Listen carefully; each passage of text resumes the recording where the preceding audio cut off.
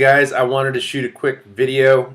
Number one, apologizing for not being able to get the Fight Club content out by Monday. I shared a little bit on Friday that we were just undergoing some transitions and a few more projects at Logos that are coming up, and I honestly just didn't get to it. So my apologies on that.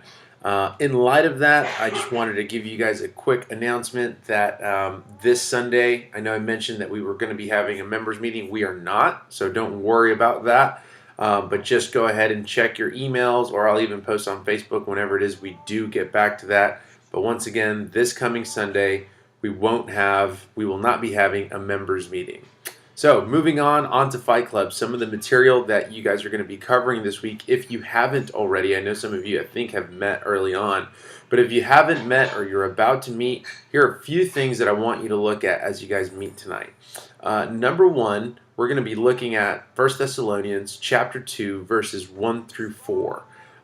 And really what I want to encourage you guys on is the first verse and the fourth verse. And so I want to read them to you real quick. I got my Bible out. So verse 1 says on chapter 2, "For you yourselves know, brothers, that our visit with you was not without result." And you can go back to verse 10 from chapter 1 to see what the result was. That the Thessalonians turned away from idolatry and began to worship God, and were very anticipant of Christ's return. So that was the result of ultimately them taking ownership of the gospel. And I want you guys to remember that. We talked a little bit about that on Friday, right? Taking ownership of the gospel. Verse 4, "Instead, just as we have been approved by God to be entrusted with the gospel, so we speak, not to please men, but rather God, who examines our hearts."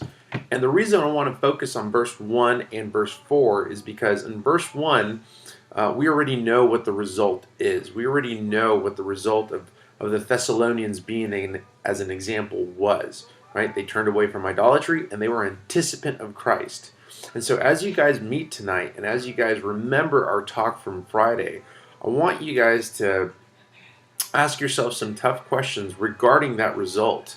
What idols are keeping you from worshiping Christ? Idolatry is anything or anyone that keeps you from worshiping Christ. This could be anything from family, marriage, this could be work, this could be school, this could be hobbies, whatever keeps you from worshiping Christ. What are those things that keep holding you back? And sometimes it comes to us in the form of control or pride, right? So think through that, work through that. What are some things that keep us or keep you from worshiping Christ? And then the second thing was that they were anticipant of Christ's return. I mean, do you long for Christ's return when there will be no more pain, no more sorrow, no more sin, when Christ calls us home? That's a time that we want to celebrate. That's a time that we want to look toward.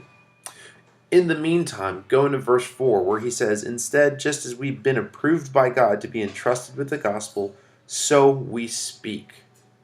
You guys are in all sorts of social circles. We got people working in nonprofits, in hospitals, clinics, going to school, picking up one or two part-time jobs. You guys are plugged into the community and you are scattered. And just like Paul and his boys were charged to the Thessalonians to speak, so are we. So my question is, as you guys are in your social circles, as you guys are scattered throughout the cities, are you taking ownership? That's what we talked about on Friday. Are you taking ownership of the gospel in your lives? Do the people at community group and the ones on Sunday, are they the only ones that know you love Jesus? Are they the only ones that know that you're praying for them? Are they the only ones that know that if they need anything, they can go talk to you? Let's look at everything from our school situation, work, family. Is the gospel, are you taking ownership of the gospel in your home life, with your family? Are you taking ownership of the gospel as a missionary on a school campus or in a work environment?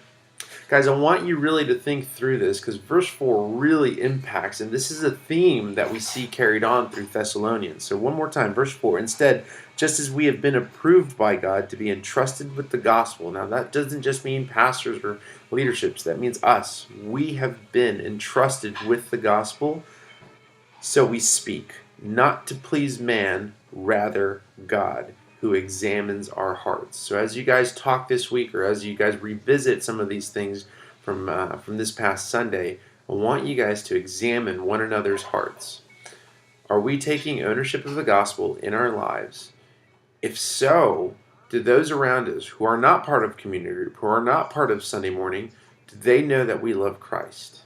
Do they know that, man, we are trustworthy, or that we want to love and serve them and support them? Do we know that we're their friends? Do we know that we want to love on them? So those are a few things that I want you guys to work through as you guys meet in fight clubs. Really work through that. Pray for one another on that. This is a central theme, or one of the central themes in Thessalonians, this charge to speak. And so we know that as Christians, we want to advance God's gospel both through word and deed. So don't let community group or Christian related activities or Sunday be the only time people really know that you love Jesus. So hope that helps. Hope you guys are going to work through that this week, and I'll talk to you soon. See you on Sunday. Again, I'll have the material out for this coming week by Sunday or Monday morning for sure. I apologize for not getting it out to you guys any sooner. This is the first time I've gotten to shoot a quick video. I know it went kind of long. So love you guys. Enjoy it, and I'll see you later during the week.